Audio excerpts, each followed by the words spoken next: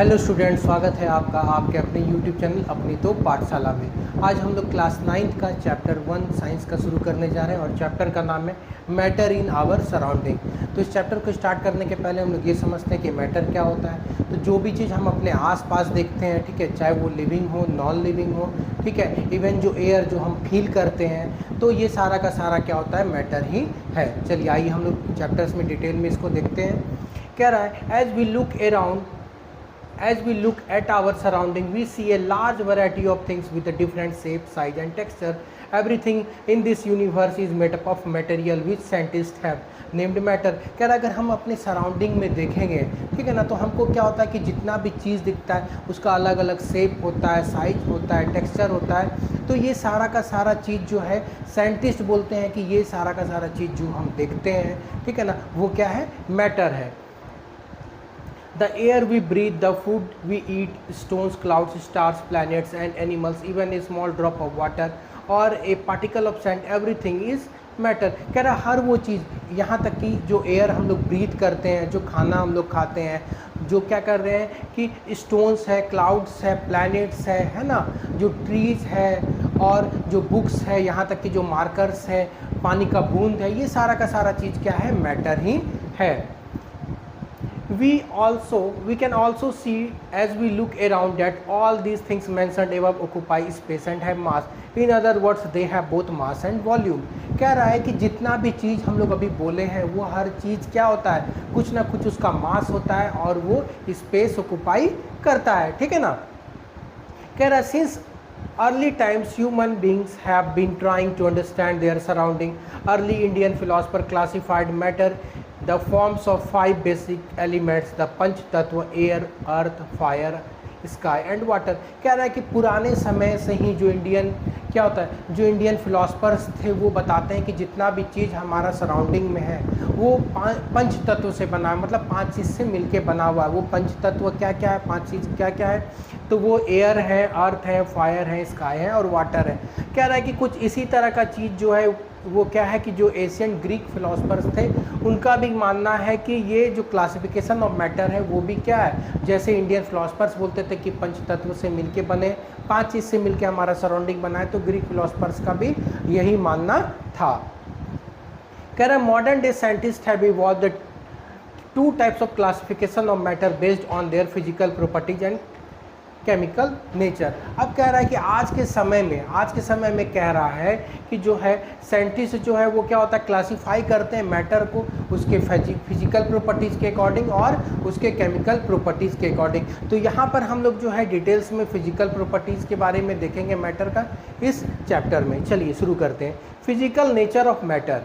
कह रहा है matter is made up of particles. कह रहा है मैटर जो है वो क्या होता है, पार्टिकल से मिलके बना हुआ है, ठीक है, मतलब कोई भी मैटर क्या होता है वो मिलियंस ऑफ पार्टिकल से मिलके बना होता है। कह रहा है यहाँ पे देखते हैं for a long time 2 school thought prevailed regarding the nature of matter.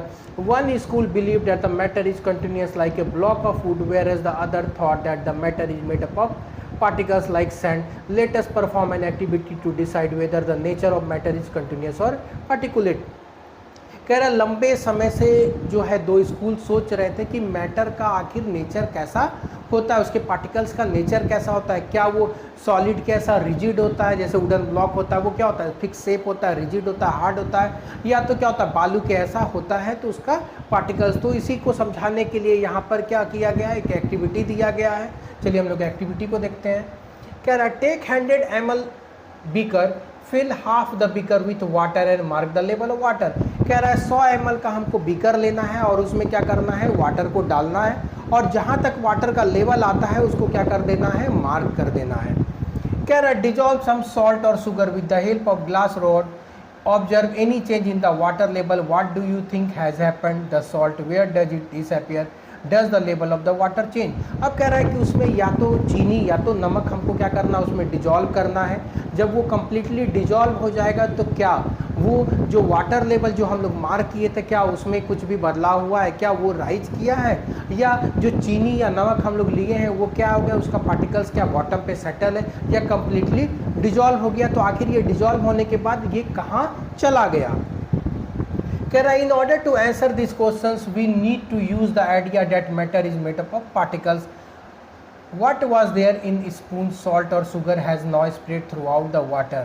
अब कह रहा है कि अब इसको समझने के लिए हमको ये समझना होगा कि जो भी मैटर है, मतलब शुगर या सॉल्ट, ये क्या होता है, बहुत मिलियंस ऑफ पार्टिकल से मिलके बने हुए हैं। तभी हम लोग क्या होता है कि जब पानी में इसको घोलते हैं तो ये क्या होता है, कम्प्लीटली ये पार्टिकल्स जो होता है शुगर का, वो क्या होता है, वाटर के पार्टिकल्स के साथ, वाटर का जो क्या होता है, मॉलिक्यूल्स के बीच का जो गैप होता है, वो उसमें क्या होता है, जाके मिल जाता है, उस गैप को भर देता है। तो इसको हम लोग बेहतर और समझते हैं। यहाँ पर क्या होता है कि यहाँ पर क्या किया गया, वाटर को लिया गया और जब इसमें सॉल्ट मिला दिया गया तो सॉल्ट ये क्या हो जाए, कम्प्लीटली डिजॉल्व हो गया। ये डिजॉल्व होने का क्या मतलब है, जो वाटर के मॉलिक्यूल्स के बीच में जो गैप था, तो उसी में क्या करता है, ये सॉल्ट या शुगर क्या होता है कि इसी गैप को ये भरने का काम करता है। अगर आप एक गिलास पानी ले लीजिए और उसमें क्या कीजिए कि आप 1 चम्मच चीनी डालिए और उसको क्या कीजिए, चम्मच से जब मिलाएंगे तो वो चीनी कम्प्लीटली क्या होता है, 1 गिलास पानी में घुल जाता है। ठीक है, घुलने का मतलब क्या है कि वो 1 गिलास पानी के मॉलिक्यूल्स के, वाटर मॉलिक्यूल्स के बीच में जो गैप था उसको वो चीनी भर दिया डिजॉल्व होके। लेकिन अगर हम लोग बात करेंगे कि अगर हम लोग उसमें 2 चम्मच चीनी डाल दें, अगर हम लोग क्या करेंगे उसमें 2 चम्मच चीनी डाल देंगे तो वो क्या हो जाएगा, बॉटम में सेटल हो जाएगा, बॉटम में वो जाके जमा हो जाएगा। इसका मतलब क्या होता है कि जो गैप है, वो गैप जो है वो क्या होता है, 1 ही चम्मच को भर सकता है, मतलब वो जो गैप है वो 1 चम्मच चीनी के द्वारा भर सकता था। लेकिन जैसे ही हम लोग 2 चम्मच चीनी डालें तो वो क्या होगा, गैप से ज़्यादा चीनी हो गया तो वो क्या होगा, वो बॉटम में जाके सेटल हो जाता है, जमा हो जाता है। चलिए, कह रहा है how small are this particles of matter. अब कह रहा है कि आखिर ये जो पार्टिकल्स होता है मैटर का, ये कितना छोटा होता है। इसको समझने के लिए हम लोग यहाँ पर एक एक्टिविटी लिए हैं। एक्टिविटी क्या है, 1.2। कह रहा है टेक 2-3 क्रिस्टल ऑफ पोटासियम पर magnet and dissolve them in 100 ml of water. कह रहा है 2-3 क्रिस्टल्स हमको क्या करना है, पोटासियम पर मैग्नेट का लेना है और उसको क्या करना है, 100 ml पानी में क्या करना है, उसको डिजॉल्व कर देना है, डाल देना है, उसको घुला देना है। जैसे ही उसको हम 100 ml वाटर में डालेंगे तो कह रहा है वो क्या हो जाएगा, कलर हो जाएगा। उसमें क्या हो जाएगा, पोटासियम पर मैग्नेट डालने के बाद क्या होता है, वो कलरफुल हो जाएगा। कह रहा है take out approximately 10 ml of this solution and put into 90 ml clear water. Take out 10 ml of this solution and put it into another 90 ml of clear water. Keep diluting the solution like this 5 to 8 times. अब यहाँ पे आप देख सकते हैं कि पहले क्या हुआ कि एकदम क्लियर वाटर, ठीक है ना, क्लीन वाटर में हम लोग क्या किए, पोटासियम पर मैग्नेट का क्रिस्टल्स डाले तो वो क्या हो गया, पूरा पानी कलरफुल हो गया। अब उस 100 ml में से हम लोग 10 ml जो है डिजॉल्व जो सॉल्यूशन है उसको लिए और फिर से क्लीन वाटर में दिए, तो फिर वो जो सॉल्यूशन बन जाएगा वो क्या हो जाएगा, वो भी कलरफुल हो जाएगा। फिर उसमें से 10 ml लिए, फिर दूसरे क्लीन वाटर में दिए तो वो भी कलरफुल हो जाएगा। तो इसी तरह हम लोग 8 से 10 बार करते हैं तो हम लोग क्या पाते हैं कि हर बार क्या होता है कि जो क्लीन वाटर है उसमें जैसे ही हम सॉल्यूशन डालते हैं पोटासियम परमैंगनेट का तो उसका कलर चेंज हो जाता है, वो कलरफुल हो जाता है। कह रहा है इस एक्सपेरिमेंट से हमको ये समझ में आता है कि कुछ जो क्रिस्टल्स है पोटासियम परमैंगनेट का वो क्या कर सकता है कि 1000 लीटर वाटर को भी कलरफुल कर सकता है। 1000 लीटर को वो जो क्रिस्टल्स था, 2-3 क्रिस्टल्स पोटासियम परमैंगनेट का, वो क्या कर सकता है, कलरफुल कर सकता है। So we conclude that there must be millions of tiny particles in just one crystal of potassium permanganate which keep on dividing themselves into smaller and smaller particles. तो इससे हम कंक्लूड ये करते हैं कि जो एक क्रिस्टल था पोटासियम परमैंगनेट का उसमें मिलियंस ऑफ पार्टिकल्स है जो क्या होता है कि डिस्ट्रीब्यूट होते चला जाता है, क्योंकि हम लोग देख सकते हैं कि 2-3 क्रिस्टल्स जब पोटासियम परमैंगनेट का हम लोग डाले थे तो वो 1000 लीटर को क्या किया था, कलरफुल कर दिया था। और अगर हम एक्टिविटी का बात करेंगे तो क्या होगा, पहले 100 ml में डाले थे, फिर कंटिन्यूसली उससे 10 ml निकाल के हम क्लीन वाटर में डालते चले गए तो हर बार क्या हो गया, हमको कलर मिलते चला गया। तो इससे ये पता चलता है कि एक पार्टिकल्स जो है वो क्या होता है, एक क्रिस्टल में क्या होता है, मिलियंस ऑफ पार्टिकल्स होता है और वो कंटिन्यूसली डिवाइड होते चला जाता है। कह रहा the same activity can be done using the 2 ml of Dettol instead of potassium permanganate. The smell can be detected even the repeated salt dissolution. टेल्यूशन। अब कह रहा है कि अगर इस एक्टिविटी को अगर हम लोग क्या करेंगे, डिटॉल पे भी कर सकते हैं। अगर डिटॉल को भी अगर हम लोग 100 ml वाटर में अगर 2 बूंद डालेंगे और क्या करेंगे, उसके सॉल्यूशन से अगर हम लोग 10 ml निकालेंगे, फिर क्या होगा, फ्रेश क्लीन वाटर में डालेंगे, तो हर बार हमको क्या होगा, डिटॉल का स्मेल मिलेगा, सेंट मिलेगा। जैसा डिटॉल स्मेल करता है वैसा हमको सेंट मिलेगा। तो हम लोग इससे ये भी पता कर सकते हैं कि जो डिटॉल का भी जो क्या पार्टिकल्स था, वो उसमें बहुत सारा मिलियंस ऑफ पार्टिकल्स होता है, जो क्या होता है, हर बार अगर हम लोग क्या करते हैं, उसके सॉल्यूशन को निकाल के क्लीन वाटर में डालते हैं तो उसका स्मेल वहाँ तक रहता है। ठीक है ना। अब कह रहे हैं particles of matter are very small that they are small beyond our imagination. कह रहा है ये जो पार्टिकल्स होता है मैटर का, वो इतना ज़्यादा छोटा होता है कि हम लोग उसके बारे में इमेजिन भी नहीं कर सकते हैं। ठीक है ना, कि वो कितना छोटा होता है, या छोटे से क्रिस्टल्स में कितना ज़्यादा पार्टिकल्स हो सकता है। अब आगे दिया हुआ है characteristic of particles of matter. अब यहाँ पर दिया गया है कैरेक्टरिस्टिक, मतलब जो पार्टिकल्स है मैटर का, उसका क्या कैरेक्टरिस्टिक होता है। चलिए देखते हैं। कह रहा है कि particles of matter have space between them. कह रहा है कि पार्टिकल्स जो होता है किसी भी मैटर का, उसके बीच में क्या होता है, स्पेस होता है, गैप होता है। ठीक है। कह रहा है in activity 1.12 we saw that the particles of sugar, salt, Dettol और the potassium permanganate got evenly distributed in water. Similarly, we make tea, coffee, lemonade. Particles of one type of matter get into the space between the particles of other. This shows that there is enough space between the particles of matter. कह रहा है कि जो हम लोग शुरू के activities में देखें, एक एक्टिविटीज़ में हम लोग क्या देखें कि शुगर का सॉल्यूशन लिए, मतलब शुगर को ऐड किए वाटर में, या तो सॉल्ट को किए। दूसरे एक्टिविटी में देखें कि पोटासियम परमैंगनेट को लिए। तीसरे एक्टिविटी में कहा गया कि डिटॉल को लिया जाता। तो हर इस एक्टिविटीज़ में ये देखा गया है कि वो क्या करता है, कंप्लीटली मिल जाता है। वाटर में क्या होता है, कंप्लीटली मिल जाता है। ठीक है। जैसे अगर हम लोग घर पे ही चाय या कॉफ़ी बनाते हैं, या क्या होता है, शरबत बनाते हैं, तो उस केसेस में भी क्या होता है कि चाय अगर हम लोग बनाते हैं तो चीनी डिजॉल्व हो जाता है, वो कंप्लीटली मिल जाता है। चाय पत्ती डालने के बाद क्या होता है, कलर आ जाता है, मतलब वो भी चाय का कलर भी क्या होता है, कंप्लीटली मिल जाता है। इसका ये मतलब होता है कि उसके बीच में जो पार्टिकल्स होता है, उसके बीच में बहुत ज़्यादा गैप होता है। जो क्या होता है, अगर हम लोग कोई दूसरा पार्टिकल्स को डालते हैं, दूसरे सब्सटेंस का पार्टिकल्स को डालते हैं, तो ये गैप को वो क्या करता है, फुलफिल करने का काम करता है, भरने का काम करता है। चलिए आगे देखते हैं हम लोग। अब यहाँ पे एक्टिविटी 1.3 दिया गया है। यहाँ पे क्या किया गया है कि अगर आपको बोला गया है कि आप एक क्या अगरबत्ती को ले लीजिए और उसको क्या कीजिए कि आप उसको जब नहीं जलाएंगे तो आपको उसके स्मेल के लिए, सेंट के लिए उसके काफ़ी नज़दीक जाना पड़ता है। लेकिन जैसे ही हम उस कैंडल को, मतलब क्या होगा, अगरबत्ती को जैसे ही जलाते हैं हम, तो क्या होगा, उसका स्मेल आपको रूम के दूसरे कॉर्नर से भी मिलने लगता है। ठीक है ना। मतलब जो पार्टिकल्स है उसके स्मेल का, वो क्या करता है, पूरे रूम में स्प्रेड कर जाता है। आपको उसके नज़दीक नहीं जाना है, वो स्मेल आपको खुद दूर से ही पता चल जाता है। ठीक है। अब कह रहा है कि दूसरा यहाँ पर एक्टिविटी दिया है, इसमें क्या करना है, एक ग्लास बीकर लेना है, जिसको क्या करना है, वाटर से फिल कर देना है, और एक बीकर में क्या कर देना है, ब्लू या red ink slowly and carefully along with the sides of the first beaker and honey in the same way in the second beaker. अब यहाँ पे जो हम लोग 2 बीकर लिए हैं, एक बीकर में क्या कहता है कि आपको इंक डालना है। ठीक है। सपोज कीजिए आप ब्लू कलर का इंक डाल दिए, और दूसरे कंटेनर में, दूसरे बीकर में आपको बोलता है हनी डालना है। तो जैसे ही हम उसमें डालेंगे, उसको उसी पोजीशन में क्या करना है, किसी कॉर्नर में बिना डिस्टर्ब किए उसको रख देना है। ठीक है ना। अब कह रहा है कि आप क्या ऑब्जर्व करते हैं, इंक के ड्रॉप को डालने के बाद, इंक के बूंद को डालने के बाद, या हनी को डालने के बाद हम लोग क्या ऑब्जर्व करते हैं। हाउ मेनी आवर्स और the days does it take the colour of the ink to spread evenly throughout the water. कह रहा है कितना दिन या कितना घंटा लगता है उस इंक को, उस पूरे पानी को पानी में मिलने के लिए, जिससे क्या हो, पानी क्या होगा, अगर ब्लू कलर का आप इंक डाल रहे हैं तो वो पूरा का पूरा इंटायर पानी जो है वो ब्लू हो जाए। तो आखिर ये कितना समय लगता है, यही पूछा गया है।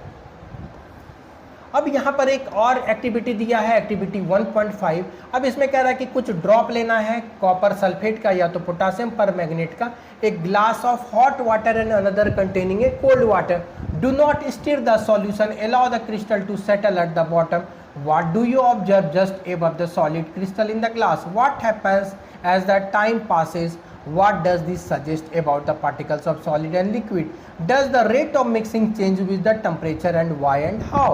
अब देखिए यहाँ पर एक एक्टिविटी लिया गया है, यहाँ पर आप पोटासियम परमैंगनेट ले लीजिए और 2 बीकर दिया गया है, ठीक है। तो एक बीकर में क्या है कि कोल्ड वाटर है और दूसरे बीकर में क्या है कि गर्म पानी है, हॉट वाटर है। अब जैसे ही हम लोग क्या करेंगे, पोटासियम परमैंगनेट का क्रिस्टल को डालेंगे और उसको ऑब्जर्व करेंगे। क्या ऑब्जर्व करते हैं कि जो ठंडा पानी है उसमें क्या होता है, हमको ज़्यादा समय लगता है, मतलब पोटासियम परमैंगनेट को घुलने में, ठीक है, डिजॉल्व होने में, उसको कलर देने में ज़्यादा समय लगता है। लेकिन अगर हम लोग गर्म पानी का बात करेंगे तो वो क्या होगा, उसके कोल्ड वाटर के कंपैरिजन में बहुत कम समय में ही क्या होता है कि पूरे वाटर को इंटायरली क्या होता है, कलरफुल कर देता है, वो डिजॉल्व हो जाता है। तो इससे हम लोग आखिर क्या कंक्लूड करेंगे, मतलब आखिर पार्टिकल्स पे, ठीक है ना, उसके मूवमेंट पे आखिर टेम्परेचर का क्या असर होता है, ठीक है ना, मतलब टेम्परेचर डालने से हमको क्या उसका प्रभाव दिखता है।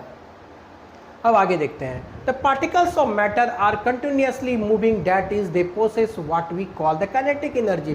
कह रहा जो पार्टिकल्स होता है किसी भी मैटर का, वो हमेशा क्या होता है, कंटिन्यूस मोशन में रहता है। मतलब क्या होता है, जब कोई भी चीज़ मोशन में रहता है तो हम लोग क्या कहते हैं, उसको काइनेटिक एनर्जी कहते हैं। मतलब उसका जो पार्टिकल्स होता है मैटर का, वो क्या होता है कि हमेशा मोशन में ही रहता है। कह रहा as the temperature rises the particles move faster, so we can say that with the increase in temperature the kinetic energy of the particles also increases।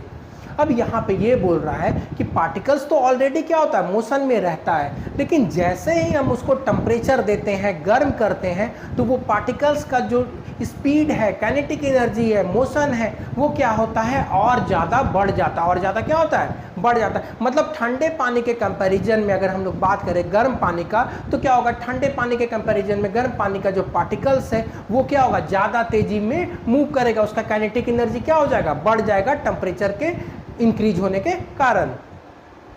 कह रहा है in the above 3 activities we observe that the particles of matter intermix on their own with each other। कह रहा है ऊपर के activities में हम लोग ये देख चुके हैं कि जो पार्टिकल्स होता है मैटर का, वो क्या करता है, इंटरमिक्स कर जाता है, खुद पे खुद क्या होता है, मिल जाता है। जैसे ऊपर के एक्टिविटीज में हम लोग क्या किए, इंक लिए हैं, तो इंक को जब पानी में डालेंगे उसके ड्रॉप को, तो वो क्या होता है, स्लोली क्या होता है, they do so by getting into the spaces between the particles। This intermixing of particles of 2 different types of matter on their own is called diffusion। अब कह रहा है ये पार्टिकल्स जो मूव करते हैं, एक पार्टिकल जो है वो क्या होता है, खुद पे खुद दूसरे में आके क्या होता है, मिल जाता है। इस प्रोसेस को हम लोग क्या कहते हैं, डिफ्यूजन कहते हैं। कह रहा है इसी प्रोसेस के द्वारा, है ना, इसी प्रोसेस के द्वारा जो गैसेस है, ऑक्सीजन है, कार्बन डाइऑक्साइड है, वो क्या होता है, वाटर में डिफ्यूज कर जाता है, मिल जाता है, जिसके कारण क्या होता है, जो एक्वेटिक एनिमल्स होते हैं वो क्या करते हैं, वाटर के अंदर भी सर्वाइव कर सकते हैं। क्योंकि अगर मानिए अगर डिफ्यूजन नहीं होता तो क्या होता, पानी में कोई भी जीव नहीं रहते, क्योंकि उसमें ऑक्सीजन रहता है नहीं। तो डिफ्यूजन के द्वारा ही क्या होता है, ऑक्सीजन क्या होता है, डिजॉल्व हो जाता है वाटर में, है ना। तो कह रहा है कि we also observe that on heating the diffusion become faster. जैसे ही हम टेम्परेचर इंक्रीज करते हैं वैसे ही क्या होता है, रेट ऑफ डिफ्यूजन वो क्या होता है, इंक्रीज कर जाता है, उसमें भी क्या होता है, बढ़ोतरी होता है। हम लोग देख चुके हैं कि अब जैसे देखिए क्या होता है कि अगर आप पानी को लिए हैं, ठंडे पानी में चीनी को डालेंगे तो क्या होगा, वो 1 चम्मच चीनी घुल जाएगा। लेकिन जैसे ही हम वाटर को क्या करेंगे, बॉयल करेंगे, तो क्या होगा, वहाँ पर ज़्यादा चीनी उसमें घुला सकते हैं, 2 या 3 चम्मच चीनी भी उसमें घुल जाता है। क्योंकि क्या होता है, उसमें रेट ऑफ डिफ्यूजन क्या होता है, बढ़ जाता है। वो जो गैप है, ठीक है, पार्टिकल्स क्या होता है, मूव करने लगता है टेम्परेचर के इंक्रीज होने के कारण, और उसका जो गैप होता है, इंटरमॉलिक्यूलर स्पेस होता है, वो बढ़ जाता है। इसलिए क्या होता है, ज़्यादा चीनी आप घुला सकते हैं। आप ये चाय बनाने में रोज़ ऑब्जर्व करते होंगे, अभी गौर कीजिएगा कि ये चीज़ होता है। अब कह रहा है कि particles of matter attract each other. अब कह रहा है जो पार्टिकल्स होता है मैटर का, वो क्या करता है, एक दूसरे को अट्रैक्ट करता है। Play this game in the field, make 4 groups and form human chains as suggested. अब कह रहा है कि इस गेम को हमको फील्ड में करना है, 4 ग्रुप्स बनाना है, ठीक है ना, ह्यूमन चेन्स बनाना है। मतलब क्या होता है कि जैसे हम लोग क्या होता है, चैन स्कूल में खेलते थे, बच्चे एक दूसरे का हाथ पकड़ के खेलते हैं, तो उसी तरह का क्या करना है, ग्रुप बनाना है। कह रहा first group should hold each other from back and lock arms like the इडू Mishmi dancers. कह रहा है कुछ इसी तरह का जो पहला ग्रुप है उसको क्या करना है, आर्म्स को होल्ड कर लेना है, ठीक है ना, बैक को होल्ड कर लेना, और क्या करना है, कंप्लीटली एक दूसरे के काफ़ी ज़्यादा क्लोज करके चैन को बनाना है। इस चैन को क्या करना है, काफ़ी ज़्यादा नज़दीक होके बनाना है।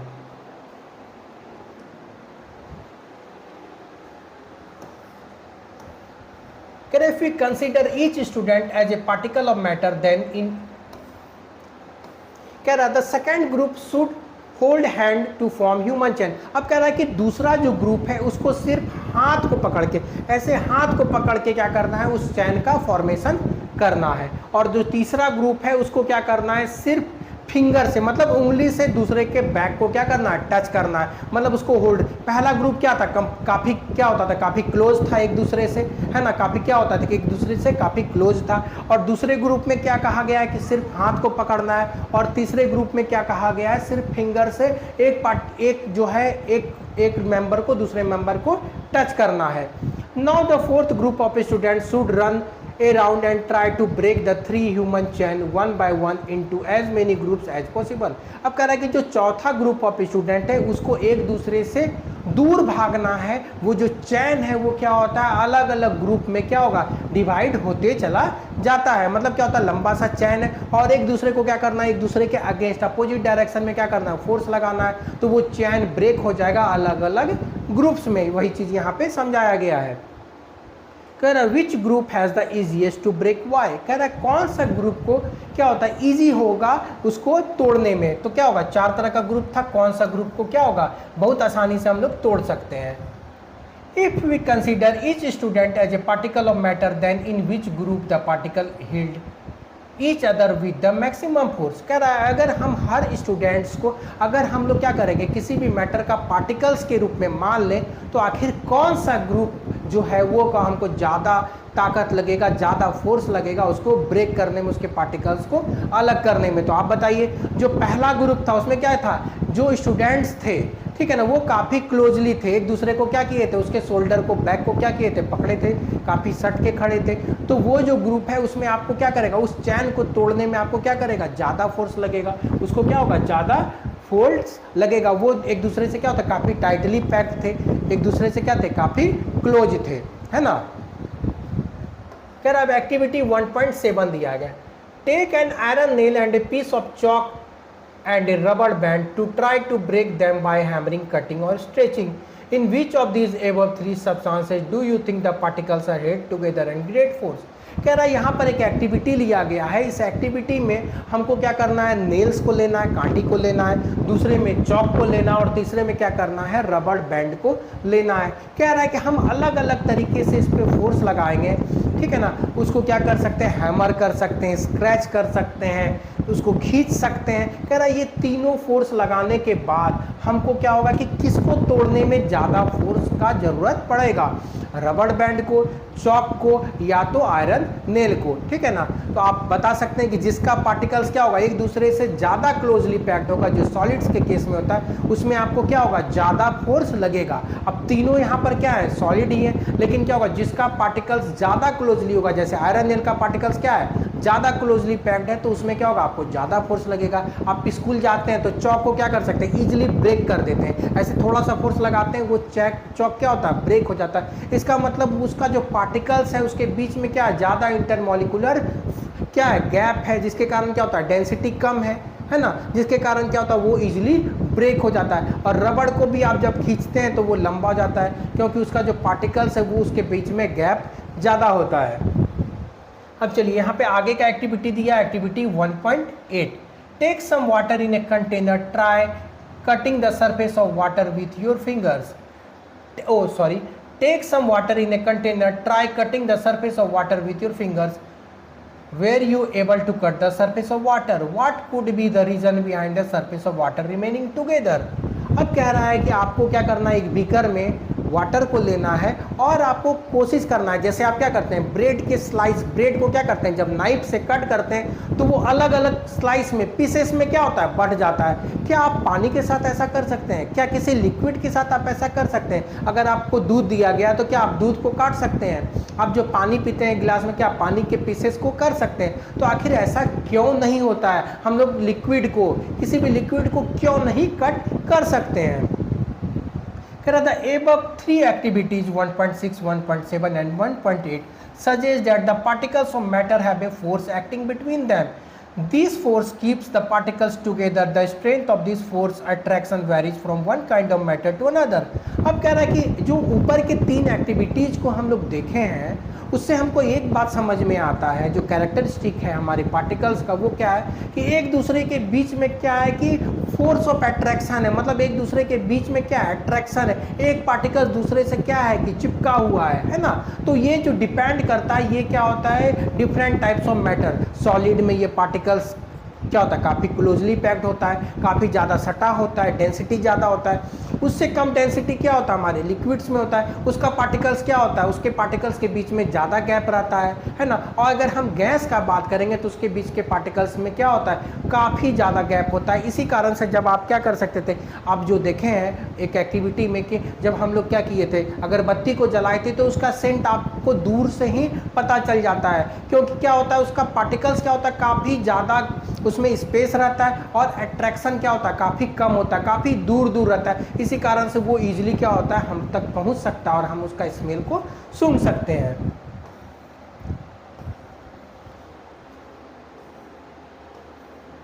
अब स्टेट्स ऑफ मैटर, अब हम लोग क्या होता है मैटर के अलग अलग स्टेट्स को यहाँ पे आगे डिस्कस करने वाले हैं।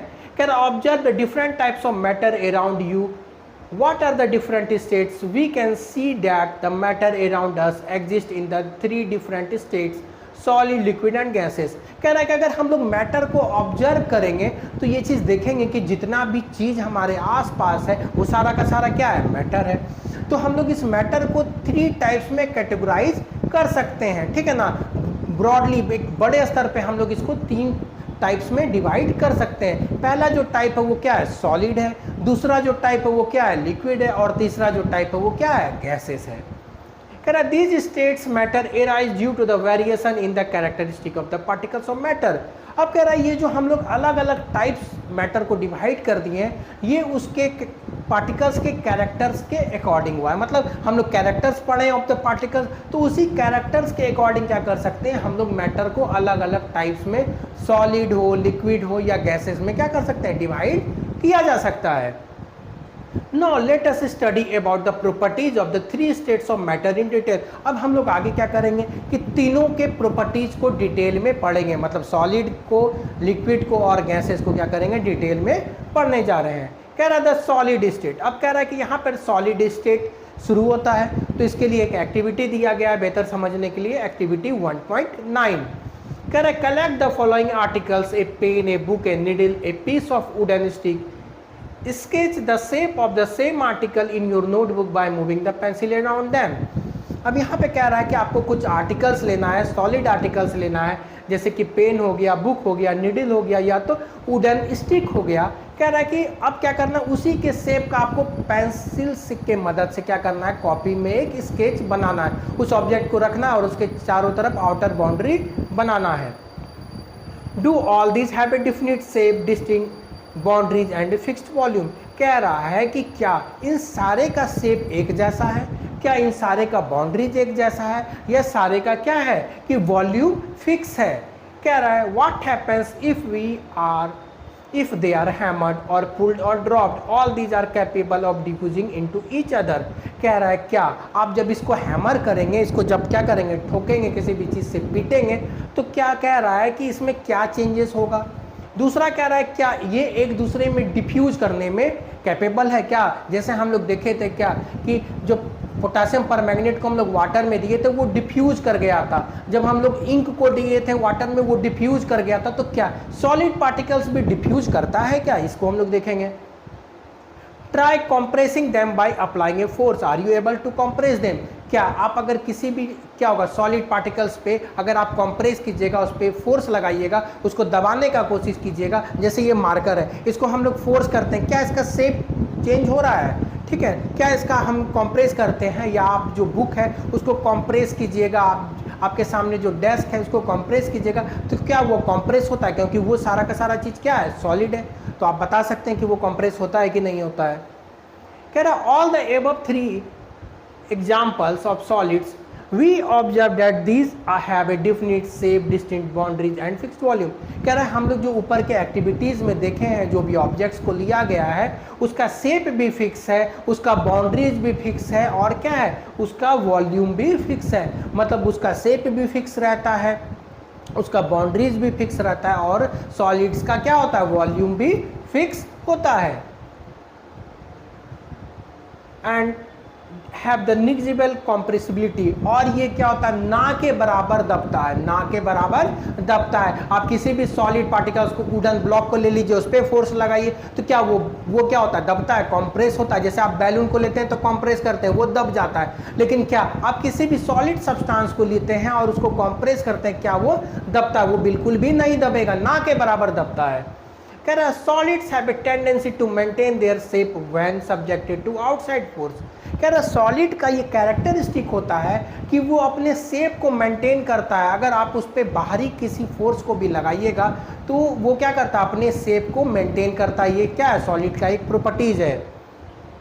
कह रहा है सॉलिड में break under the force but it is difficult to change their shape so they are rigid. कह रहा है अगर आप सॉलिड पे ज्यादा फोर्स लगा दिए तो वो क्या होगा, पीसेस में ब्रेक कर जाएगा, लेकिन क्या होगा, उसके शेप में कोई भी चेंजेस नहीं आएगा। जैसे कि आप ग्लास ले लीजिए, आप उस पर क्या कीजिए, बहुत ज़्यादा फोर्स लगिए तो शीशा क्या होगा, ग्लास क्या होगा, ब्रेक कर जाएगा, टूट जाएगा, लेकिन उसके शेप में चेंज नहीं आएगा। ऐसा नहीं कि ग्लास क्या होगा, ज़्यादा चौड़ा हो जाएगा, ज़्यादा बड़ा हो जाएगा, ऐसा कोई भी नहीं होने वाला है। तो सॉलिड क्या होता है, रिजिड होता है। इसी कारण से उसके शेप में जब हम कोई भी एक्सटर्नल फोर्स लगाते हैं तो उसके शेप में कोई भी चेंजेस नहीं होता है, उसका शेप सेम रहता है। वो ब्रेक कर जाएगा लेकिन वो उसका शेप चेंज नहीं करेगा। तो बिल्कुल पुष्पा ऐसा है, साला झुकेगा नहीं, मतलब शेप नहीं चेंज करेगा। चलिए आगे देखते हैं। कह रहा है what about the rubber band, can it change its shape stretching. कह रहा है क्या रबर बैंड को अगर हम लोग स्ट्रेच करेंगे तो आखिर क्या होगा।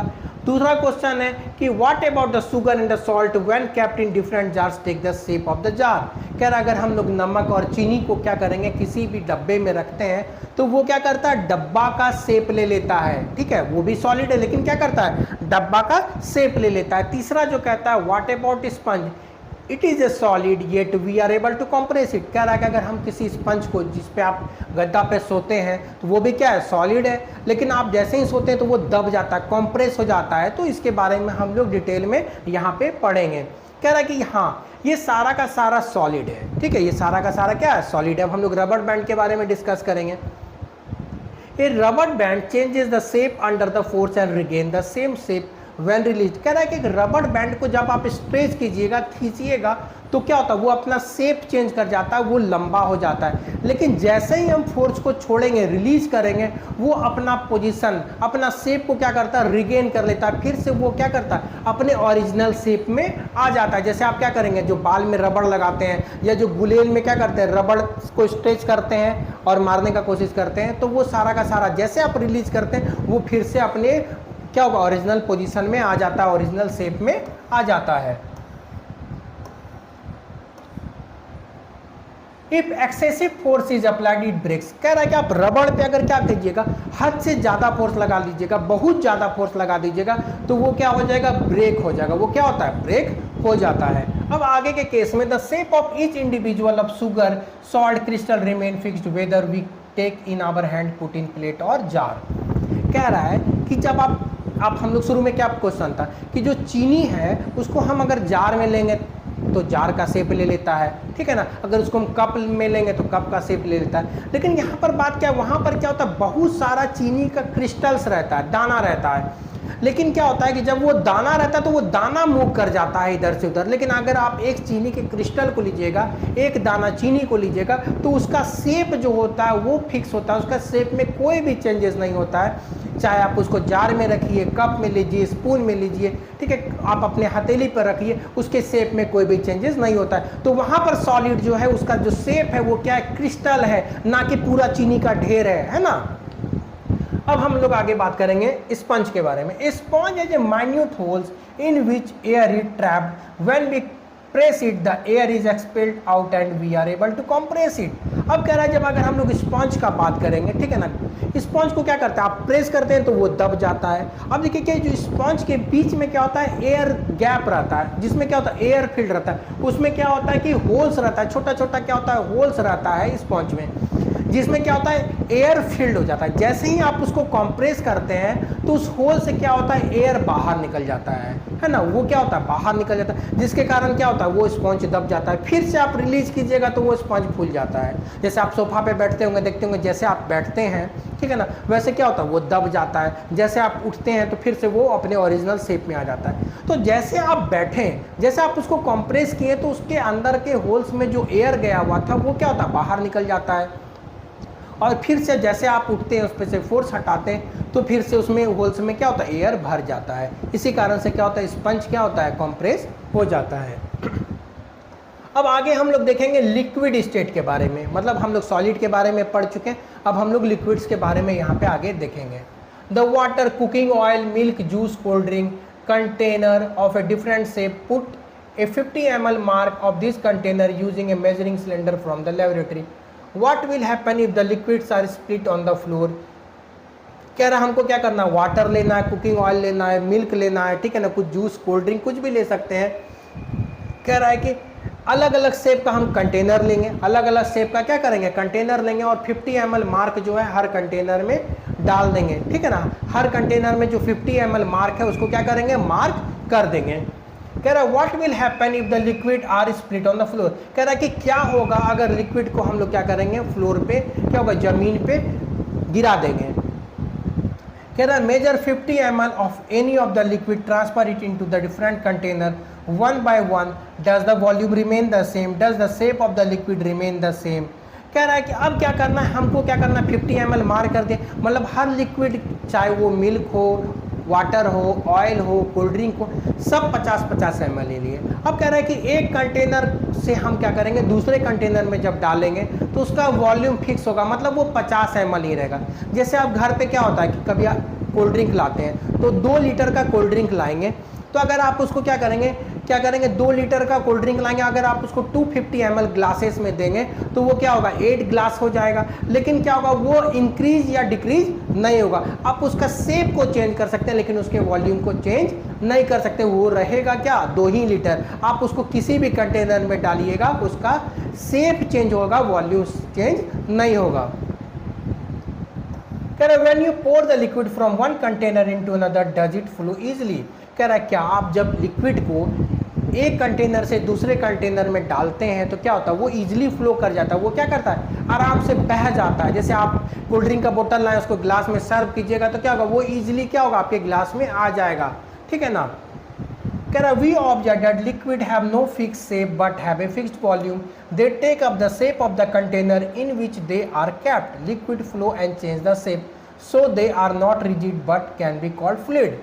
अब यहाँ पे हम लोग ऑब्जर्व किए अलग अलग टाइप्स का लिक्विड्स को लेके कि लिक्विड का जो शेप होता है वो फिक्स नहीं होता है, शेप बिल्कुल भी फिक्स नहीं होता है। मतलब आप जिस कंटेनर में उसको रखिएगा उसी का वो क्या करेगा, शेप ले लेता है, ठीक है, ले लेगा। लेकिन क्या होगा, वॉल्यूम में कोई भी चेंजेस नहीं होगा। अगर आप 1 लीटर अगर क्या होगा लिक्विड को लीजिएगा तो उसको आप अलग अलग कंटेनर में रखिएगा, ठीक है ना, तो उसका शेप चेंज हो जाएगा लेकिन वो रहेगा 1 ही लीटर, मतलब वॉल्यूम फिक्स है। तीसरा कह रहा है कि वो इजीली फ्लो कर जाता है, मतलब आप एक कंटेनर से उसको दूसरे कंटेनर में दीजिएगा, दूसरे से तीसरे में उसका शेप चेंज होते जाएगा और वो फ्लो करते चला जाएगा। तो इसलिए उसका शेप जो होता है वो रिजिड नहीं होता, वो फ्लो कर सकता है। इसलिए हम लोग लिक्विड को क्या कर सकते हैं, फ्लूइड कहते हैं। लिक्विड को क्या कहते हैं, फ्लूइड कहते हैं, उसको फ्लो करने के नेचर के कारण। कह रहे refer to the activities 1.4 and 1.5 where we saw that the solid and liquid can diffuse into liquids।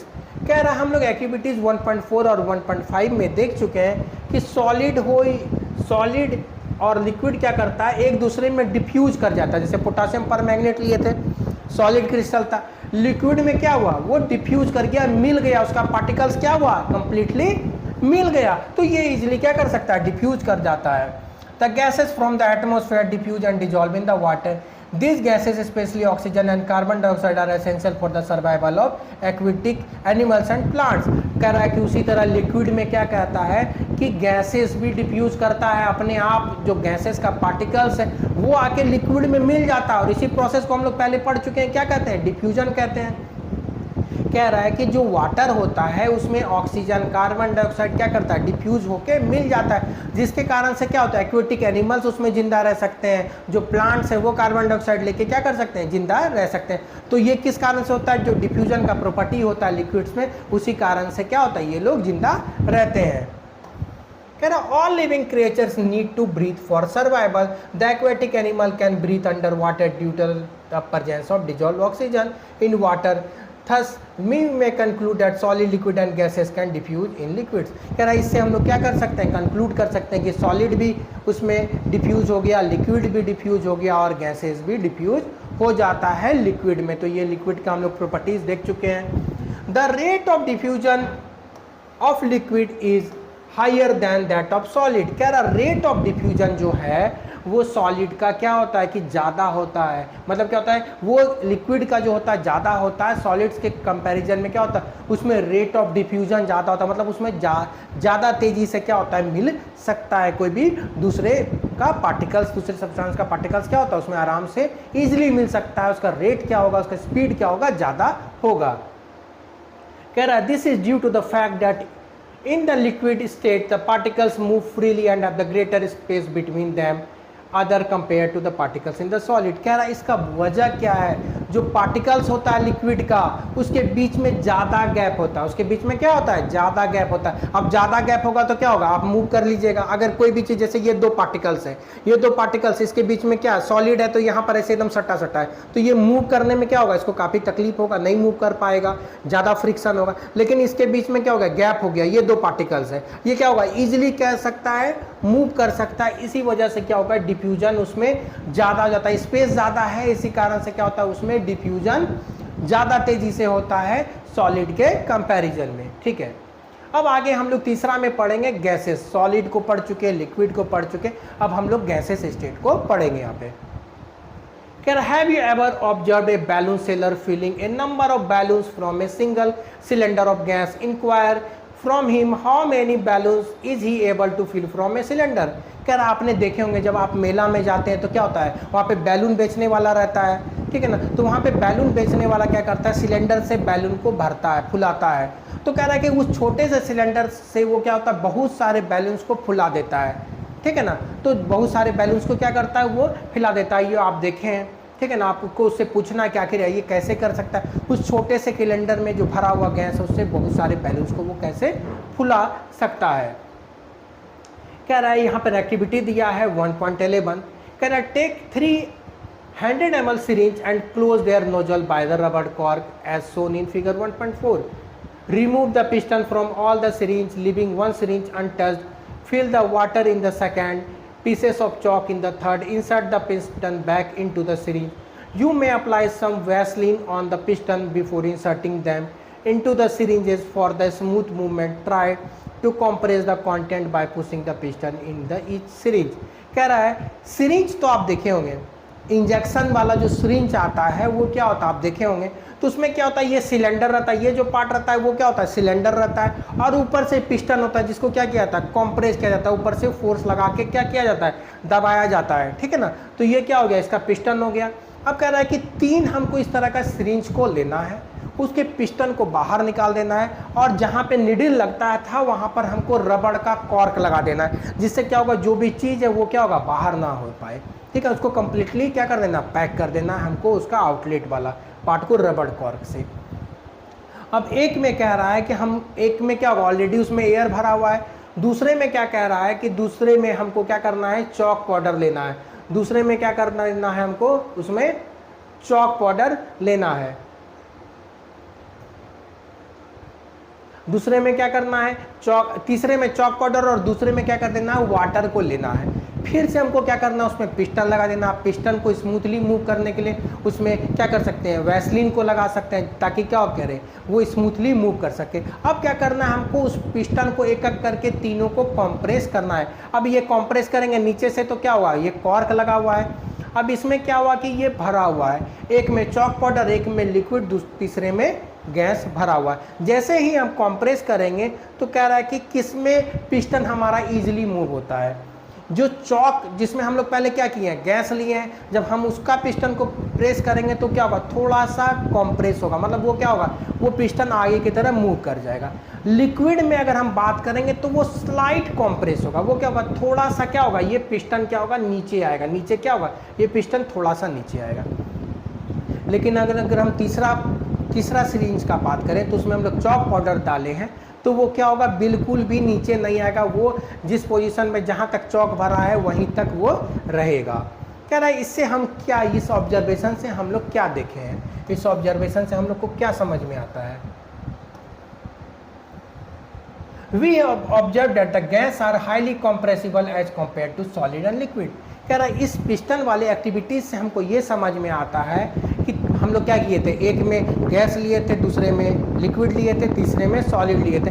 तो गैस जो है वो क्या होता है, सॉलिड और लिक्विड के कंपैरिजन में बहुत ज़्यादा कंप्रेस होता है, इसको हम लोग बहुत ज़्यादा क्या कर सकते हैं, दबा सकते हैं, जिसका हम लोग एक एक्टिविटी में देख चुके हैं, जो सिलेंडर फिल्ड रहता है, जो आपके घर में एलपीजी सिलेंडर आता है, ठीक है ना। आप बताइए कि वो 14.2 kg का जो सिलेंडर रहता है वो क्या होता है, उसमें इतना ज़्यादा गैस भरा जाता है कंप्रेस करके कि वो लिक्विफाइड हो जाता है, इसलिए उसका नाम क्या है, लिक्विफाइड पेट्रोलियम गैस। और वो गैस आप क्या होता है, मेनू यूज करते हैं खाना बनाने के लिए, मतलब उसको गैस को कंप्रेस करके छोटे से सिलेंडर में बहुत सारा गैस को भर दिया जाता है ना। The liquefied petroleum gas cylinder that we use in our homes for cooking, or the oxygen supplied to the hospital in the cylinder is compressed gas. The compressed natural gas is used as a fuel these days in the vehicles. Due to the high compressibility, large volume of gas can be compressed into a small cylinder and transported easily।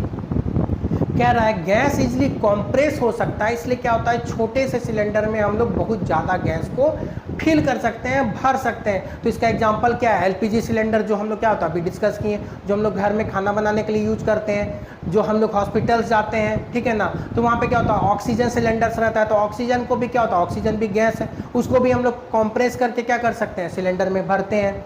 उसी तरह जो CNG होता है, ठीक है ना, CNG जो gas होता है उसको हम लोग व्हीकल्स में यूज करते हैं, आजकल सीएनजी व्हीकल्स आने लगा है। तो सीएनजी में भी क्या होता है, गैस होता है, जिसको हम लोग कंप्रेस करके छोटे से सिलेंडर में बहुत ज़्यादा गैस को फिल कर सकते हैं, भर सकते हैं।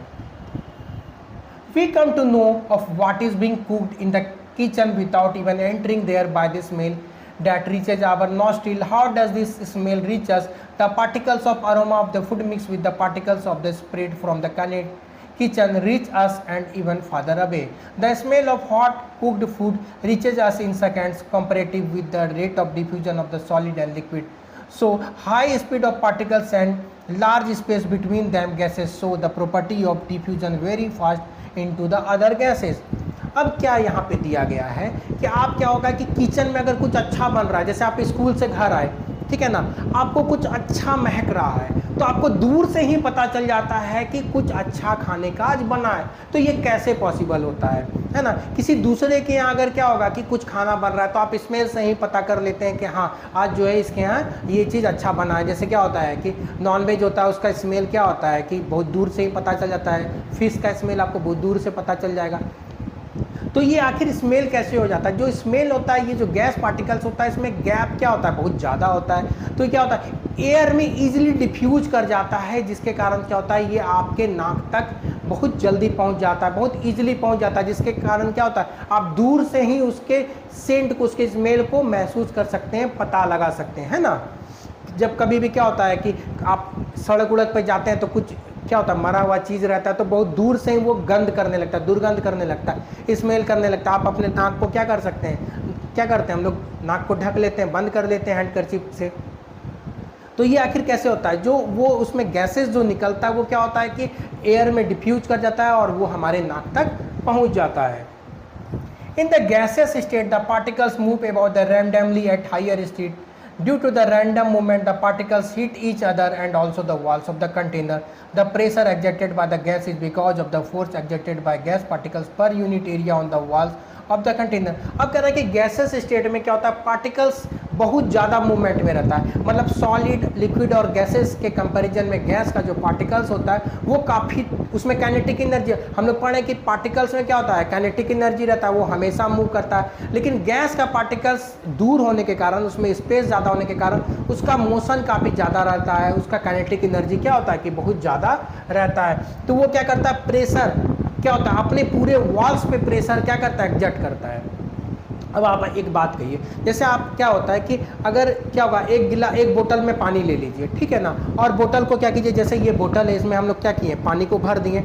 अब ये पानी यहाँ तक है, ये पानी क्या है, यहाँ तक है। अगर हम यहाँ पर पानी इस बोतल में छेद करेंगे तो क्या पानी हमारा नीचे गिरेगा, नहीं गिरेगा। इससे क्या होगा, पानी हमारा नीचे नहीं गिरेगा, क्योंकि जो वाटर का लेवल था, ये लिक्विड है, तो क्या होगा, ये नीचे था, जहां पर हम छेद किए उसके लेवल से क्या होता है, ये नीचे था।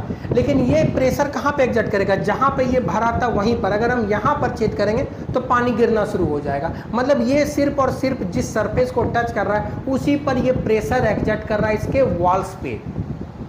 लेकिन गैसेस के केस में क्या होता है, ये पूरे जिसमें वो पैक्ड होता है, हर जगह, ऊपर हो, नीचे हो, दाएं हो, बाएं हो, हर जगह ये प्रेशर क्या करता है, एग्जर्ट करता है। इसीलिए आप जब साइकिल चलाते हैं तो आपके साइकिल में के टायर में कहीं पर भी कांटी गड़ जाता है तो हवा निकल जाता है, क्योंकि एयर जो उसमें फील्ड होता है वो क्या होता है, हर जगह प्रेशर एग्जर्ट करता है, उसको जहां से रास्ता मिलता है वहां से निकल जाता है। उसी तरह बैलून्स में क्या होता है, बैलून्स में आप अगर निडल कहीं पर भी आपके क्या कीजिएगा, निडल डाल दीजिएगा तो वो क्या होगा, वहाँ से सारा एयर क्या होगा, निकल जाएगा। मतलब अपने पूरे वॉल्स पे क्या करता है, वो रैंडमली जो उसमें क्या होता है, मोशन होता है, उसके कारण क्या होता है, वो हर एरिया में क्या करता है, फोर्स को लगाता है, तो उसको जहाँ से लीकेज मिलता है वहाँ से क्या होता है, वो निकल जाता है।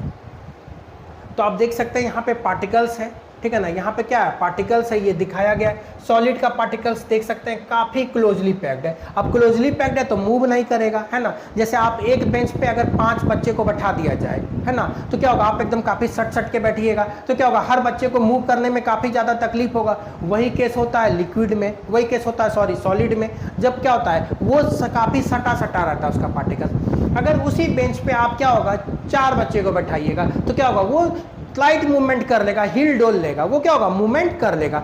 लेकिन अगर हम गैसेस का बात करें, अगर उसी बेंच पे आप 2 बच्चे को बैठाइएगा तो वो क्या होगा, इजीली मूव करेगा, ऐसे ऐसे क्या होगा, मूव कर सकता है। इसका मतलब क्या होता है, उसका पार्टिकल्स रैंडमली मोशन करेगा। सबसे ज्यादा मोशन क्या करेगा, गैस का पार्टिकल्स करेगा, क्योंकि उसमें क्या होगा, स्पेस ज्यादा होता है, इंटरमोलिकुलर अट्रैक्शन कम होता है ना। तो अब यहाँ पे देख सकते हैं ABC, यहाँ पे क्या होता है, मैग्नीफाइड पिक्चर दिखाया गया है स्टेट ऑफ मैटर का, जिसमें क्या होता है, मोशन पार्टिकल्स का, ये हम लोग यहाँ पे समझ चुके हैं।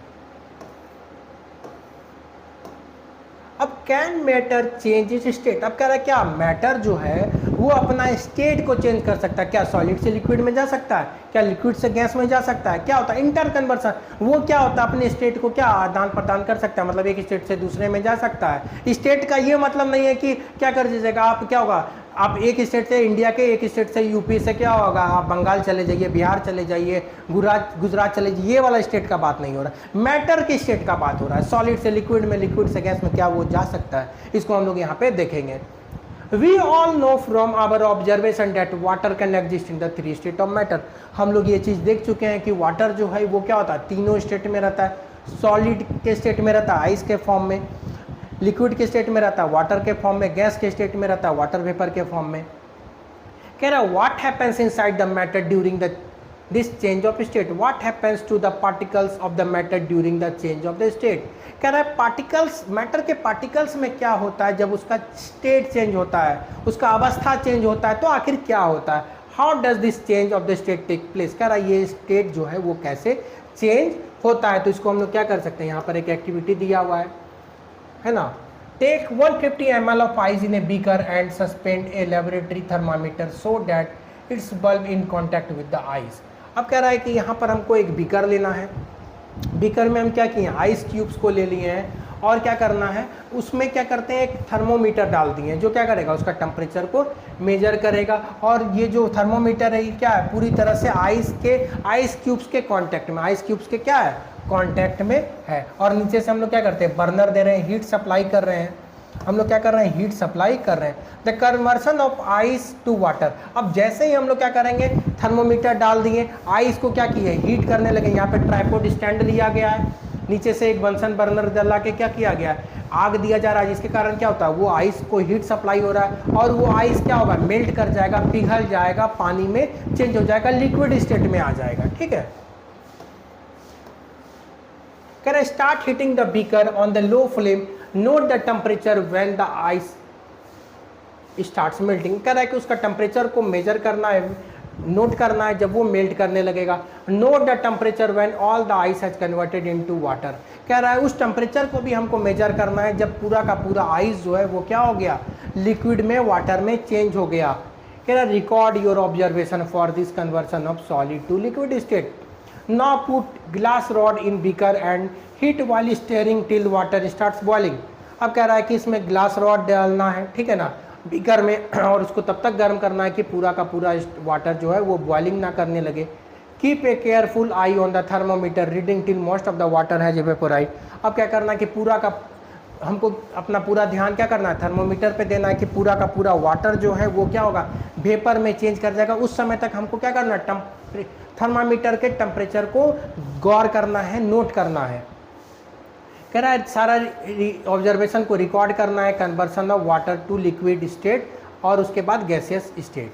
अब हम लोग देखेंगे, कह रहा है जैसे ही हम लोग टेम्परेचर को इंक्रीज किए सॉलिड का, the kinetic energy of the particles increases due to the increase the kinetic energy the water the particles start vibrating and the greater speed. अब कह रहा है कि जैसे ही हम उसको वाटर को गर्म करने लगे, टेम्परेचर दिए, हीट सप्लाई किए, तो उसका जो पार्टिकल्स है वो एनर्जी गेन कर लिया, और गेन कर लिया उसका काइनेटिक एनर्जी क्या हुआ, बढ़ गया। उसका काइनेटिक एनर्जी जो पार्टिकल्स का वो क्या हो गया, इंक्रीज कर गया, जिसके कारण क्या हुआ, तेजी में वाइब्रेशन होने लगा। The force of attraction between the particles, अब क्या कर रहा है कि ये एनर्जी जो सप्लाई करते हैं उससे क्या होता है कि जो फोर्स है, जो पार्टिकल्स के बीच में फोर्स ऑफ अट्रैक्शन है, वो मूव करने के कारण क्या हो गया, अब ढीला पड़ने लग गया। वो क्या हो गया, ढीला पड़ने लग गया। जैसे क्या होगा, आप बेंच पे 5 लोग बैठे हैं, ठीक है ना, टीचर क्या हुआ, आपको स्टिक लेके आया, तो क्या होगा, आप तुरंत मूवमेंट करने लगे, आपका मूवमेंट क्या होगा, पार्टिकल ढीला पड़ जाएगा, आप इधर उधर तुरंत क्या होगा, इजिली मूव करने लग जाएगा। वही चीज़ यहाँ पे होता है। यहाँ पर क्या होता है, हीट सप्लाई करते हैं तो क्या होगा, उसका पार्टिकल्स क्या होता है, मोशन बढ़ जाता है, स्पीड बढ़ जाता है। The particles leave their position and start moving freely. अब कह रहा है कि हीट सप्लाई करने के बाद क्या होता है, पार्टिकल्स जो है वो अब फ्रीली मूव करने लग जाता है, और एक स्टेज ऐसा आता है कि ये सॉलिड क्या होता है, मेल्ट हो जाता है और कन्वर्ट हो जाता है लिक्विड में। ठीक है, मतलब ये पार्टिकल्स इतना ज़्यादा मूवमेंट करने लगता है कि ये अपने स्टेट को छोड़ देता है, ठीक है ना, वो अपने बॉन्डिंग को, जो फोर्स ऑफ अट्रैक्शन था वो क्या होता है, ढीला पड़ जाता है, उसमें गैप आ जाता है, उसमें स्पेसेज आ जाता है, तो वो अपने स्टेट को चेंज कर लेता है, सॉलिड से किस में आ जाता है, लिक्विड में। फिर अब लिक्विड में भी हीट सप्लाई कीजिएगा तो वो फिर लिक्विड के स्टेट को छोड़ के किस में चला जाएगा, गैस में। ठीक है, कह रहा the minimum temperature at which a solid melts to become a liquid at atmospheric pressure is called the melting point. कह रहा है वो मिनिमम टेम्परेचर, कम से कम टेम्परेचर जिस पे क्या होता है कि सॉलिड जो होता है वो मेल्ट कर जाता है, लिक्विड स्टेट में चेंज कर जाता है, क्या होता है, एटमॉस्फेरिक प्रेशर पे, उसको हम लोग क्या कहते हैं, मेल्टिंग पॉइंट। मतलब एटमॉस्फेरिक प्रेशर पे सॉलिड चेंज करके लिक्विड स्टेट में कन्वर्ट होने लग जाता है, उसी को हम लोग क्या कहते हैं, मेल्टिंग पॉइंट, है ना। The melting point of solid is an indication of the strength of the force of attraction between its particle. अब कह रहा है कि जो ये जो मेल्टिंग पॉइंट है ये चीज़ बताता है कि जो पार्टिकल्स है सॉलिड का, उसके बीच में फोर्स ऑफ अट्रैक्शन कितना है, उसके बीच में फोर्स ऑफ अट्रैक्शन। तो अलग अलग सॉलिड पार्टिकल्स का क्या है कि मेल्टिंग पॉइंट अलग अलग है, मतलब उसके बीच का पार्टिकल्स का फोर्स ऑफ अट्रैक्शन क्या है, बहुत ज़्यादा होता है। अगर हम लोग आयरन का बात करें, ठीक है ना, आयरन का बात करें और प्लास्टिक का बात करें, तो किसका मेल्टिंग पॉइंट ज़्यादा है, आयरन का। इसका मतलब क्या होता है, आयरन का जो पार्टिकल्स उसके बीच में ज़्यादा फोर्स ऑफ अट्रैक्शन है प्लास्टिक के कंपेरिजन में क्या हो, ज़्यादा फोर्स ऑफ अट्रैक्शन है, इसलिए क्या होता है, हमको ज़्यादा हीट सप्लाई करना पड़ता है, उसका ज़्यादा मेल्टिंग पॉइंट है। कह रहा था melting point of ice is 273 kelvin. कह रहा मेल्टिंग पॉइंट जो है आइस का वो 273 है केल्विन का, और process of melting that is the change of solid liquid state is called fusion. और जो ये मेल्टिंग को हम लोग फ्यूजन भी बोलते हैं, मतलब सॉलिड से लिक्विड में चेंज होने का जो प्रोसेस है उसको हम लोग फ्यूजन भी बोलते हैं। कह रहा when a solid melts it temperature remains the same, so where does the heat energy go. कह रहा है कि जब सॉलिड क्या होता है, लिक्विड में चेंज हो रहा होता है तो उसका टेम्परेचर में कोई भी चेंज नहीं होता है, तो ये आखिर टेम्परेचर कहाँ चला जाता है ना। ये जो हीट एनर्जी आप सप्लाई कर रहे हैं, जब उसका टेम्परेचर में कोई भी चेंज नहीं होता है तो ये आखिर हीट कहाँ चला जाता है। कह रहा you must have observe during the experiment of melting that the temperature of the system does not change after the melting point is till all the ice melts। कह रहा है ऊपर के जो एक्सपेरिमेंट में हम लोग बीकर में डाल के आइस डाले थे ना बीकर में, और क्या किए थे, नीचे से उसको हीट कर रहे थे और उसमें थर्मोमीटर भी लगाए थे, तो हम लोग उसमें ऑब्जर्व किए थे कि जो हम लोग हीट सप्लाई कर रहे हैं तो आइस क्या हुआ, मेल्ट करने लग गया लिक्विड में। वो आइस क्या हुआ, मेल्ट करने लग गया लिक्विड में, वाटर में चेंज होने लग गया। लेकिन जो टेम्परेचर था, जो हम लोग थर्मोमीटर में जो टेम्परेचर देख रहे थे, उसमें कोई भी चेंजेस नहीं हुआ। कब तक नहीं हुआ, जब तक वो पूरा का पूरा जो आइस था वो लिक्विड में चेंज नहीं कर गया। मतलब पूरा का पूरा जो आइस था सॉलिड से लिक्विड में चेंज नहीं कर गया, तब तक टेम्परेचर में कोई भी चेंज नहीं हुआ। This happen even though we continue to heat the beaker, that is we continue to supply the heat। कह रहा है ये क्या होता है, ये इसी तरह होता है जैसे हम लोग अगर बीकर को गर्म करेंगे, उसको हीट सप्लाई करेंगे, तो heat gets used up in changing the state by overcoming the force of attraction between. कह रहा है ये हीट जो है वो क्या होता है, जो ये ओवरकमिंग मतलब जो फोर्स ऑफ अट्रैक्शन है उसको ओवरकम में, उसको तोड़ने में ये हीट क्या होता है, चला जाता है। ये हीट क्या होता है, चला जाता है। At the heat energy it absorb by the ice without showing any rise in the temperature. इसी तरह क्या होता है, जो हीट आप सप्लाई कर रहे हैं वो सारा का सारा हीट कहाँ होता है, उसका जो फोर्स ऑफ अट्रैक्शन है उसको ब्रेक करने में चला जा रहा है। इसलिए क्या कहता है, वो हीट जो है वो क्या होता है, टेम्परेचर राइज में आपको शो नहीं होता है। आप हीट सप्लाई कर रहे हैं और वो हीट क्या कर रहा है, उसका इंटरमोलिकुलर फोर्स ऑफ अट्रैक्शन को तोड़ने में लगा हुआ है, इसलिए उसके टेम्परेचर में कोई भी राइज नहीं होता है। आपको थर्मोमीटर में कोई भी राइज नहीं दिखेगा, ठीक है। As the heat energy is absorbed by the ice without showing any rise in temperature, it is considered that gets hidden into the contents of the beaker and is known as the latent heat। ये छिपा हुआ जो heat है, जो आपको show नहीं हो रहा है ना, जो शो नहीं हो रहा है, सारा का सारा हीट जो है वो क्या हो रहा है, एब्जॉर्ब हो जा रहा है बीकर के द्वारा, और टेम्परेचर में कोई भी राइज नहीं हो रहा है। वो सारा का सारा जो हीट होता है, हिडन हीट होता है, उसको हम लोग लैटेंट हीट कहते हैं। उसको हम लोग क्या कहते हैं, लैटेंट हीट। लैटेंट का मतलब क्या होता है, छिपा हुआ। लैटेंट का मतलब क्या होता है, छिपा हुआ। जैसे आपके क्लास में भी बहुत सारे क्या होता है, लैटेंट स्टूडेंट होंगे, छिपे हुए स्टूडेंट्स होंगे, हिडन स्टार्स होंगे, जो क्या होगा, सिर्फ एग्जाम में परफॉर्म करते हैं, क्लास में आपको उनको देख के ऐसा फीलिंग आता है ये तो पढ़ता ही नहीं है, ठीक है ना। तो वो हिडन स्टार होते हैं, वो किसी को दिखाते नहीं है। कुछ ऐसा ही हमारा यहाँ पे होता है। The amount of heat energy that is required to change 1 kg of solid into liquid at atmospheric pressure at its melting point is known as the latent heat of fusion। कह रहा 1 kg सॉलिड को convert करने में liquid में जितना heat का जरूरत होता है, ठीक है ना, मतलब क्या होता है, एटमॉस्फेरिक प्रेशर पे जितना हीट का जरूरत होता है वो सॉलिड को 1 kg को लिक्विड में चेंज करने का, उसी को हम लोग लैटेंट हीट ऑफ फ्यूजन कहते हैं। मतलब 1 kg सॉलिड को लिक्विड में कन्वर्ट करने के लिए एटमॉस्फेरिक प्रेशर में जितना हीट का जरूरत पड़ता है उसी को हम लोग लैटेंट हीट ऑफ फ्यूजन बोलते हैं, ठीक है, समझ में आ गया। कह रहा so the particles in water at 0 degree Celsius 273 kelvin. तो 0 डिग्री सेल्सियस को हम लोग क्या कहते हैं, केल्विन में 273 कहते हैं। तो जैसे क्या होगा, हम लोग बढ़ते जाएंगे सेल्सियस में, वैसे क्या होगा, उसमें 273 ऐड करते जाएंगे। Have more energy as compare to the particles in ice same temperature.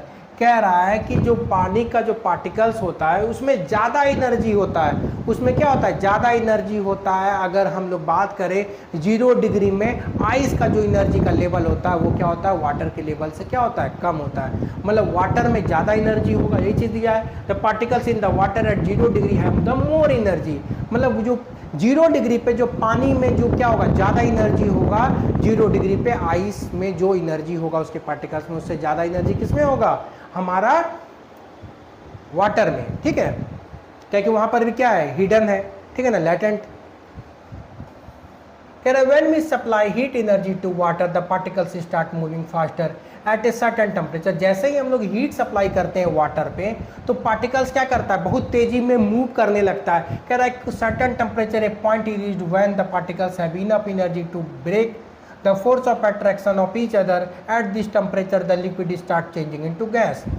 अब जैसे ही आप हीट सप्लाई किए सॉलिड में, उसका पार्टिकल्स एनर्जी गेन कर लिया, अब वो लगा डांस कर रहे हैं, जिंगा लाला डांस करना शुरू कर दिया, ठीक है ना। उसका पार्टिकल्स क्या हुआ, जैसे आप हीट सप्लाई किए वो गेन किया और वो डांस करने लगा।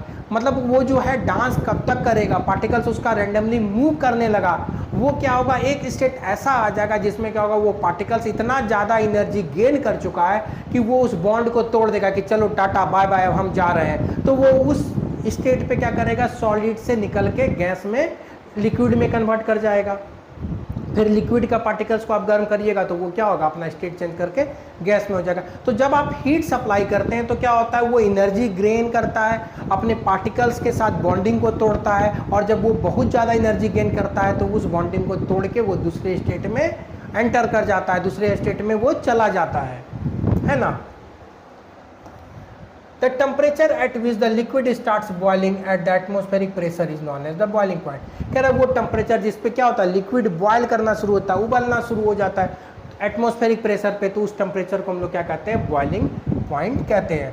The particles from the bulk of the liquid gain enough energy to change into the vapor state। अब कह रहा वही चीज़ होता है कि अगर आप वाटर को बॉयल कीजिएगा, लिक्विड को बॉयल कीजिएगा तो क्या होगा, उसका पार्टिकल्स भी एनर्जी को गेन कर रहा है, इसका मतलब वो मूव कर रहा है। अब जब बहुत ज़्यादा एनर्जी वो गेन कर लेगा तो वो क्या होगा, अपने बॉन्ड को तोड़ देगा, दूसरे स्टेट में चला जाएगा, लिक्विड को बाय बाय कर देगा उसका पार्टिकल, और वो अपना स्टेट चेंज करके क्या होगा, गैस में चला जाएगा। तो वही चीज़ होता है यहाँ पर। अब यहाँ पर दिया है for the water temperature is 373। कह रहा है कि वाटर के लिए टेम्परेचर क्या होता है, 373 होता है। मतलब 100 डिग्री सेल्सियस जो होता है वो क्या होता है, 273 केल्विन, और इसमें जब हम लोग 100 ऐड कर देंगे तो 373 केल्विन। इस पे क्या होगा, वाटर बॉयल करने लगेगा, उबलने लगेगा, बॉइलिंग पॉइंट ऑफ वाटर है। Can you define the latent heat of vaporization, do it in the same way as you have done for the latent. कह रहा है उसी तरह हमको वेपोराइजेशन का भी कर सकते हैं, जैसे हम लोग क्या किए हैं, लैटेंट हीट ऑफ फ्यूजन का किए हैं। Particles of the steam, that is the water vapor 373, have more energy than the water at the same temperature। उसी तरह जो वाटर वेपर होता है 100 डिग्री सेल्सियस पे जो वाटर वेपर होता है उसमें ज़्यादा एनर्जी होता है वाटर से। इसीलिए क्या होता है, जब पानी कभी उबलते रहेगा तो पानी के ऊपर आप देखिएगा स्टीम निकलता है, भाप निकलता है। अगर वो पानी आपके हाथ पे गिर जाएगा, ठीक है ना, तो वो आपको कम नुकसान पहुंचाएगा। अगर वो भाप 100 डिग्री से निकलने वाला जो भाप है वो अगर उसमें अगर आप हाथ दे दीजिएगा, उसके ऊपर हाथ दे दीजिएगा, वो भाप आपको क्या होगा, ज़्यादा जला देगा, क्योंकि उसमें ज़्यादा एनर्जी है, उसमें क्या है, ज़्यादा एनर्जी स्टोर होता है, उसमें हिडन हीट होता है, लेटेंट हीट रहता है, ठीक है ना, जिसके कारण क्या होता है, वो आपको ज़्यादा नुकसान पहुँचा देगा, उसमें ज़्यादा एनर्जी रहता है। अब यहाँ पे देखिए, सॉलिड को आप हीट करिएगा तो लिक्विड में चेंज हो जाएगा, फिर लिक्विड को हीट कीजिएगा तो क्या हो जाएगा, गैस में हो जाएगा। और ये रिवर्स कब होगा, जब आप गैस को ठंडा कीजिएगा लिक्विड में, लिक्विड को ठंडा कीजिएगा सॉलिड में। मतलब जब गर्म करेंगे तो सॉलिड से लिक्विड, लिक्विड से गैस, ठंडा करेंगे तो लिक्विड से क्या होता है, गैस में, और फिर क्या होता है, सॉलिड स्टेट में वो कन्वर्ट हो जाता है। So we infer that the state of matter can be changed into another by the changing temperature। इसीलिए हमको ये चीज़ समझ में आ गया अच्छे से कि एक स्टेट से दूसरे स्टेट में चेंज करने के लिए टेम्परेचर का बहुत ही क्रिटिकल रोल होता है। टेम्परेचर के चेंज करने से हम जो है एक स्टेट ऑफ मैटर को दूसरे में चेंज कर सकते हैं, इंक्रीज या डिक्रीज करके उसके स्टेट को चेंज कर सकते हैं। We have learned that the substance around us change from solid to liquid and from liquid to gas। कह रहा है अगर हम हीट का सप्लाई करेंगे तो क्या होगा, सब्सटेंस सॉलिड से लिक्विड से गैस में चेंज होते चला जाता है। Are some of the changes directly solid state to gaseous state vice versa without change। कह रहा है कुछ ऐसा भी चेंज होता है जिसमें क्या होता है, सॉलिड डायरेक्टली गैस में हो जाता है, बिना लिक्विड में बदले हुए क्या होता है, गैस में हो जाता है। तो इसको हम लोग क्या कहते हैं, सब्लिमेशन कहते हैं। जो कैम्फर होता है, जो आप कपूर यूज करते हैं पूजा करने में, उसको कभी आप क्या कीजिए, बाहर निकाल के रख दीजिए, एयर के कांटेक्ट में आएगा, वो क्या होगा, डायरेक्ट सॉलिड से गैस में हो जाएगा, बिना लिक्विड में बदले हुए। तो यहाँ पर एक एक्टिविटी दिया हुआ है कह रहा है कि टेक सम कैम्फर, कुछ कैम्फर को लेना, उसको क्रश कर देना और चाइना डिश में क्या कर देना है, डाल देना है। उसको उसके ऊपर क्या करना है, एक इन्वर्टेड फनेल लगा देना है और उसको यहाँ पर कॉटन प्लग से बंद कर देना है। कह रहा है उसके बाद क्या करना है, हमको हीट करना और ऑब्जर्व करना है। जो ये कैम्फर है वो क्या करता है, पूरा का पूरा यहाँ पे आके जमा हो जाता है। यही चीज़ यहाँ पर दिया हुआ है। एक change of state directly from solid to gas without changing into the liquid state is called sublimation. कह रहा है वो जो चेंज का स्टेट है जिसमें क्या होता है, सॉलिड से डायरेक्टली क्या होता है, गैस में कन्वर्ट हो जाता है, उसी को हम लोग क्या कहते हैं, सब्लिमेशन कहते हैं, जो कैम्फर के केस में होता है। और फिर क्या होता है, गैस से अगर सॉलिड में आ जाए वापस, ठीक है, बिना लिक्विड में पहुंचे तो उसको डिपोजिशन कहते हैं। मतलब सॉलिड से गैस में सब्लिमेशन, गैस से बिना लिक्विड में आए उसको कहते हैं डिपोजिशन। ठीक है। अब effects of change of pressure, अब कह रहा है कि प्रेशर, टेम्परेचर के चेंज को तो हम लोग देख लें, अब प्रेशर के चेंज से क्या होता है। कह रहा we have already learn that the difference in the various state of matter is due to the difference in the distance between the constant. अब कह रहा अलग अलग जो स्टेट ऑफ मैटर है वो आखिर क्यों है, क्योंकि उसके पार्टिकल्स के बीच में कितना गैप है, कितना वो क्लोज है, उसी पर निर्भर करता है कि स्टेट सॉलिड होगा, लिक्विड होगा या तो गैसेस होगा। कह रहा है what will when we start putting pressure and compress. कह रहा है क्या हो जाएगा अगर हम लोग क्या करेंगे, प्रेशर को डालने लगेंगे, प्रेशर बढ़ा देंगे, कंप्रेस करने लग जाएंगे तो क्या होगा। कह रहा है एक क्लोज सिलेंडर लेना, will the particles come closer, do you think the increasing और डिक्रीजिंग प्रेशर कैन चेंज। कह रहा है कि अब क्या करना है, यहाँ पर हम लोग क्या किए हैं कि सिलेंडर लिए हैं और इसमें क्या करेंगे, प्रेशर अप्लाई कर रहे हैं। जब हम लोग पिस्टन को पुश करते हैं तो क्या होता है, प्रेशर ज़्यादा इंक्रीज करता है। तो क्या प्रेशर के इंक्रीज करने से क्या बढ़ता है, मतलब क्या होता है, स्टेट चेंज होता है, सॉलिड से लिक्विड में होता है, लिक्विड से गैस में होता है क्या। कर applying pressure and reducing temperature can liquefy gas. कर अगर हम लोग प्रेशर को बढ़ा दें और टेम्परेचर को घटा दें, हम लोग एलपीजी सिलेंडर में देखते हैं अपने घर में, वहाँ पे क्या होता है, कॉम्प्रेस्ड लिक्विड पेट्रोलियम गैस होता है। मतलब जब आप गैस को कंप्रेस करेंगे तो उसका स्टेट चेंज हो जाता है, गैस से क्या होता है, लिक्विड में हो जाता है। अब कभी भी आपके घर में क्या होता है, अगर खाली सिलेंडर मतलब आधा सिलेंडर आप यूज कर लिए और उसको उठा के कभी हिला के देखिएगा, उसमें लगेगा कि पानी भरा हुआ है, उसमें लगेगा कि पानी भर, छन छन आवाज़ करेगा।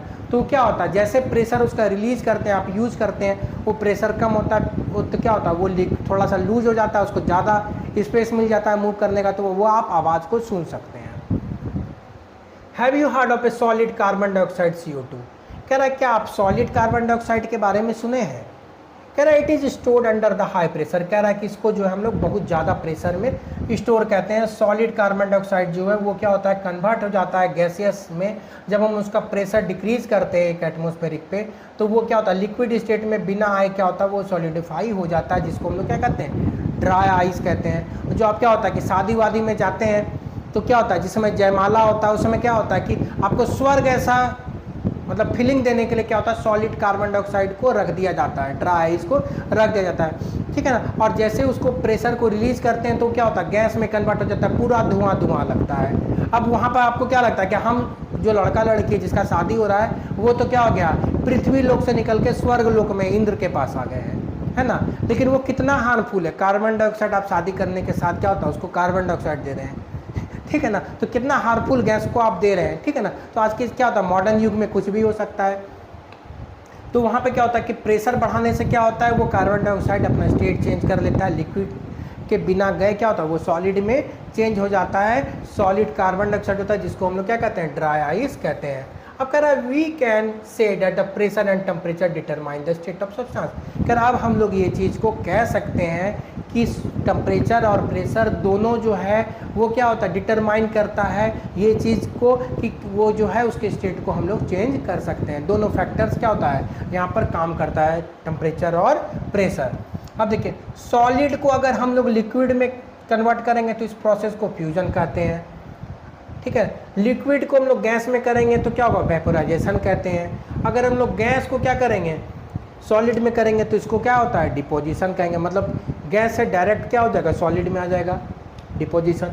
उसी तरह लिक्विड से जब डायरेक्ट क्या हो जाएगा, सॉलिड में आएगा तो सब्लिमेशन। लिक्विड से अगर क्या हो जाएगा, गैस से फिर क्या हो जाएगा, लिक्विड में आ जाएगा, कंडेंसेशन। उसी तरह क्या होगा, गैस से क्या हो जाएगा, सॉलिड में आ जाएगा, डिपोजिशन। तो ये क्या होता है, यहाँ पर दिया हुआ है कि अलग अलग हम लोग स्टेट को चेंज को क्या बोलते हैं। तो इंटर कन्वर्सन हम लोग पहले भी क्या होता है, पिछले क्लास में भी देख चुके हैं, इंटर कन्वर्सन को हम लोग डिटेल में देख चुके हैं। अब दिया इवापोरेशन। अब इवापोरेशन क्या होता है? अब इवापोरेशन क्या होता है, जैसे आप एक मग पानी को क्या कीजिए, रूम में जाके क्या कीजिए, आपके रूम में क्या होता है, एक मग पानी गिर गया, तो आप देखेंगे कि धीरे धीरे वो पानी क्या होता है कि गायब हो जाता है। तो आखिर कैसे होता है? आप उसको आग जला के बॉयल तो नहीं किए, या छत पे आप कपड़ा को फैलाए, कपड़ा धो के क्या करते हैं, फैलाते हैं, वो धीरे धीरे कपड़ा क्या होता है, सूख जाता है, तो वह वाटर कहाँ चला जाता है? तो उसी को हम लोग यहाँ पे पढ़ेंगे। तो उसी क्या होता है, बिना नॉर्मल टेम्परेचर पे जो वाटर क्या होता है अपने स्टेट को चेंज करके गैस में चला जाता है, उसी को हम लोग क्या कहते हैं, इवापोरेशन कहते हैं। ठीक है, कह रहा है, do we always need heat और change the pressure for changing the state of matter? Can you quote some example everyday life where the change of state from liquid to vapour take place without the liquid reaching the boiling point, water left uncovered slowly change into vapor, wet cloth dry up happens to the water vapor? Two example कह रहा है, ये आप क्या होता है day to day life में बहुत सारा एग्जाम्पल्स है जहाँ पे हम लोग क्या होता है इवापोरेशन को देखते हैं। बिना बॉइलिंग पॉइंट गए भी क्या होता है, पानी क्या होता है, वेपर में कन्वर्ट हो जाता है, उसी को हम लोग इवापोरेशन कहते हैं। We know the particles of the matter are always moving and never at rest at a given temperature in gas, the liquid or solid, there are particles at the different amount of kinetic energy। कह रहा है कि particle जो होता है matter का, वो continuously क्या होता है, मोशन में रहता है, चाहे वो सॉलिड का बात हो, लिक्विड का बात हो, या तो गैस में हो, तो सबका पार्टिकल्स क्या होता है, कंटिन्यूस मोशन में रहता है। कह रहा है लेकिन लिक्विड के केस में क्या होता है, small fraction of particle at the surface having the higher kinetic energy is able to break away from the force of attraction of the particles and get converted into the vapour. This phenomena of change of the liquid into vapour at any temperature below the boiling point is called evaporation. कह रहा है लेकिन liquid के case में क्या होता है कि उसका जो ऊपर वाला सरफेस होता है, ठीक है ना, अगर आप पानी को बाल्टी में लेंगे तो जो बाल्टी के ऊपर वाला सरफेस होगा वो पानी क्या होगा, फ्री एटमॉस्फेयर के कांटेक्ट में रहेगा। तो वहाँ पर क्या होता है, वो ऊपर वाला सरफेस में जो पार्टिकल्स रहता है वो क्या होता है कि बाहर के हीट एनर्जी को वो एब्जॉर्ब करता है, और वो जब कंटिन्यूसली एब्जॉर्ब करते रहता है तो एक समय ऐसा आता है कि वो एनर्जी गेन करता है, अपनी बॉन्डिंग को तोड़ देता है, और लिक्विड से क्या होता है, गैस में कन्वर्ट हो जाता है। तो वही चीज़ क्या होता है, उसी प्रोसेस को हम लोग क्या कहते हैं, इवापोरेशन कहते हैं। तो क्या होता है, इसमें अपर सरफेस होता है, इसमें क्या होता है, अपर सरफेस से जो एनर्जी गेन करता है वाटर का पार्टिकल्स, और वो क्या होता है, कन्वर्ट कर जाता है गैसियस स्टेट में। इसी प्रोसेस को कहते हैं इवापोरेशन, जिसमें क्या होता है, हम लोग उसको बॉयल नहीं कहते, नॉर्मल टेम्परेचर पे ये होता है। अब यहाँ पे आगे हम लोग देखेंगे क्या क्या फैक्टर्स है जो क्या करता है, इवापोरेशन के रेट को बढ़ाता है या घटाता है, मतलब किस किस फैक्टर्स पे इवापोरेशन डिपेंड करता है। ठीक है, तो हम लोग देखेंगे। अब कह रहा है कि इंक्रीज हम लोग कर सकते, इंक्रीज द सरफेस एरिया। अगर हम लोग सरफेस एरिया को बढ़ा देंगे तो क्या होगा, रेट ऑफ इवापोरेशन बढ़ जाएगा। जैसे आप एक बाल्टी पानी लीजिए, ठीक है, आप उसको छत पे एक बाल्टी पानी ले लीजिए, और दूसरा बाल्टी उतना ही बड़ा बाल्टी को पानी को क्या कीजिए, छत पे गिरा दीजिए। जैसे ही छत पे गिराएंगे तो क्या होगा, पानी पूरे छत पे फैल जाएगा, है ना। पानी जब फैल जाएगा पूरी छत पे तो क्या होगा, उसका ऊपर का मतलब सरफेस एरिया बढ़ जाएगा। आप देखेंगे कि 1 घंटा के बाद देखेंगे कि जो छत पे गिरा हुआ पानी था वो गायब हो गया, वो सूख गया। कैसे होता है ये, क्योंकि आप उसका क्या होगा, सरफेस एरिया जब बढ़ा दिए तो उसका रेट ऑफ इवापोरेशन बढ़ जाएगा। लेकिन जो बाल्टी में रखा हुआ पानी है उसमें कोई भी माइनर चेंज हो सकता है, माइनर इवापोरेशन हो सकता है, क्योंकि उसमें क्या होता है कि कम सरफेस एरिया क्या है, कांटेक्ट में है एटमॉस्फेयर के। ठीक है, तो सरफेस एरिया बढ़ाने से क्या होता है, रेट ऑफ इवापोरेशन बढ़ जाता है। एंड इंक्रीज इन टेम्परेचर, अगर आप टेम्परेचर को बढ़ा देते हैं तो क्या होगा, रेट ऑफ इवापोरेशन बढ़ जाता है। रेट ऑफ इवापोरेशन क्या होता है, बढ़ जाता है। जैसे अगर आप ठंडा के दिन में क्या होगा कि आप कपड़ा जब धोते हैं तो क्या होता है, काफ़ी ज़्यादा लंबा समय लगता है पानी को सूखने में, आपका कपड़ा सूखने में क्या होता है, लंबा समय लगता है, काफ़ी समय लगता है। लेकिन अगर आप उसी कपड़े को क्या कीजिएगा कि गर्मी के दिन में जब धोते हैं तो क्या होता है, जल्दी सूख जाता है, क्योंकि वहाँ पे क्या होता है, गर्मी के दिन में टेम्परेचर ज़्यादा रहता है। तो टेम्परेचर ज़्यादा रहने के कारण क्या होता है, इवापोरेशन का रेट बढ़ जाता है, जिसके कारण क्या होता है, आपका कपड़ा जल्दी सूख जाता है। तो क्या होगा, अगर छत पे भी आप एक बाल्टी पानी गर्मी के दिन में गिरा दीजिएगा तो वो ठंडा के दिन के कंपैरिजन क्या हो जाएगा, जल्दी इवापोरेट हो जाएगा। अब कह रहे हैं decrease in humidity.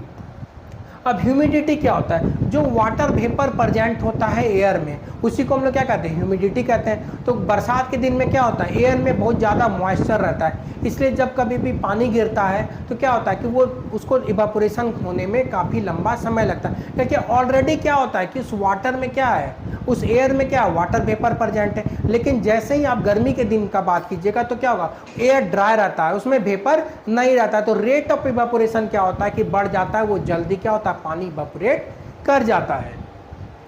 And increase in wind speed, कह रहा है कि अगर तेज हवा बहता है, तेज हवा अगर आप क्या होता है कि घर को पोछा करने के बाद क्या होता है, फैन को ऑन कर देते हैं, क्यों करते हैं, क्योंकि रेट ऑफ इवापोरेशन बढ़ जाता है। जैसे क्या होता है, विंड का मूवमेंट्स होता है, तो क्या होता है उसके ऊपर सरफेस में क्या होता है, वो विंड के कांटेक्ट में उसका क्या होता है, इवापोरेशन का रेट बढ़ जाता है। इसलिए क्या होता है कि जब अगर क्या होता है तेज हवा चल रहा है, आप कपड़ा धो के फैला दीजिए तो क्या हुआ, जल्दी सूख जाता है, क्योंकि रेट ऑफ इवापोरेशन क्या होता है, विंड पे डिपेंड करता है।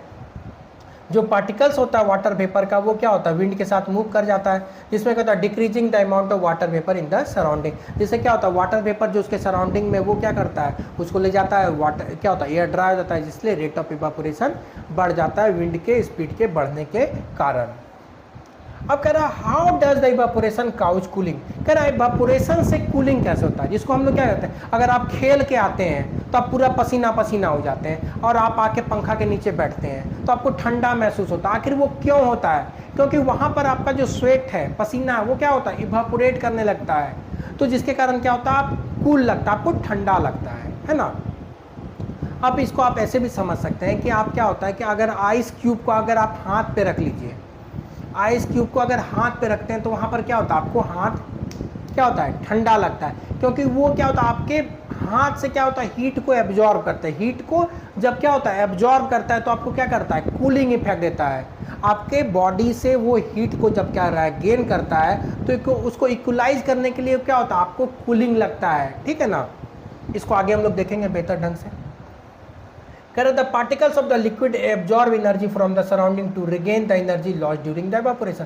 कह रहे थे पार्टिकल्स है लिक्विड का, वो क्या करता है, अपने सराउंडिंग से जो एनर्जी को वो गेन करता है, वो क्या करता है, कह रहा है कि regain the energy loss during the evaporation. कह रहा है कि वो एनर्जी को रिगेन करना चाहता है, जो एनर्जी वो लॉस कर गया इवापोरेशन, मतलब इवापोरेशन में क्या होता है, एनर्जी गेन किया और वो क्या हुआ, वेपराइज के अपना स्टेट को चेंज कर लिया, तो उसी को रिगेन करने के लिए क्या करता है, वो एनर्जी क्या होता है, अपने सराउंडिंग से उस एनर्जी को रिगेन करता है इवापोरेशन में। और ये जो एब्जॉर्प्शन ऑफ एनर्जी होता है सराउंडिंग से, जो क्या करता है, सराउंडिंग को ठंडा करता है, मतलब वो हीट एब्जॉर्ब किया और क्या हुआ, वो इवापोरेट कर गया, तो वो फिर से उसको रिगेन करने के लिए क्या करता है, वो सराउंडिंग से क्या करता है, एनर्जी को लेता है, जिसके कारण क्या होता है, सराउंडिंग को ठंडा लगता है, मतलब उसके आसपास क्या होता है, ठंडा हो जाता है।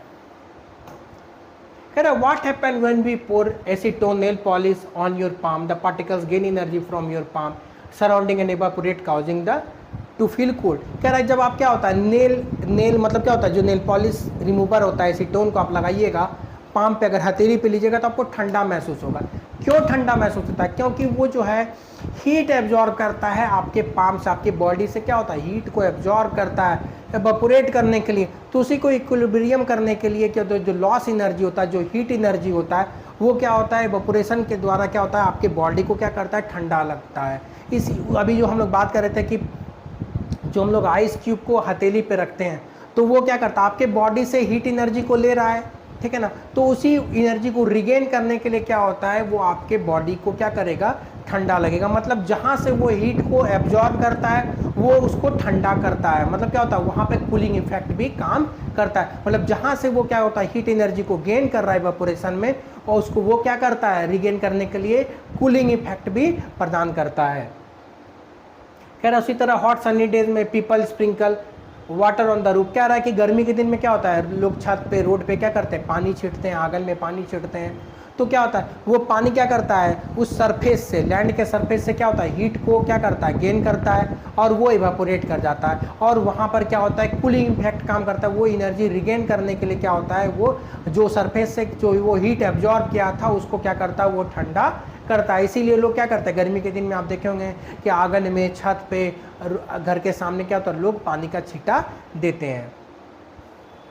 कह रहा है वाई शुड बी वेयर, अब कह रहा है कि गर्मी के दिन में हमको कॉटन क्लॉथ्स क्यों पहनना चाहिए। कह रहा है कि गर्मी के दिन में क्या होता है कि हमारा बॉडी क्या होता है, ज़्यादा प्रिस्पायर करता है। We know that during the evaporation the particles of the surface liquid gain energy from the surrounding. कह रहा है कि इवापोरेशन में क्या होता है, पार्टिकल जो होता है लिक्विड का वो अपने सराउंडिंग से ज़्यादा एनर्जी गेन करता है, ठीक है ना, और वो वेपर में चेंज कर देता है। कह रहा है कि हीट जो एनर्जी होता है, energy is equal to the latent heat of vaporisation.